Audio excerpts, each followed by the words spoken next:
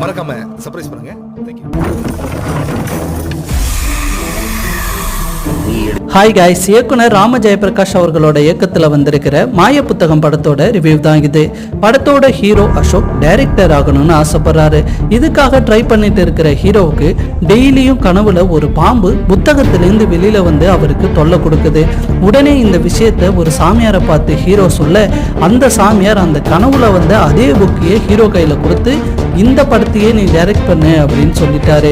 இந்த புக்ல உள்ள கதையெல்லாம் படிச்சுட்டு தன்னோட டீமை மலையில இருக்கிற அந்த தனி பங்களாவுக்கு கூட்டிட்டு போறாரு நம்ம ஹீரோ அங்க உள்ள நுழைஞ்சதும் அங்க பங்களாவில் பல அமானுஷ்யங்கள் நடக்குது.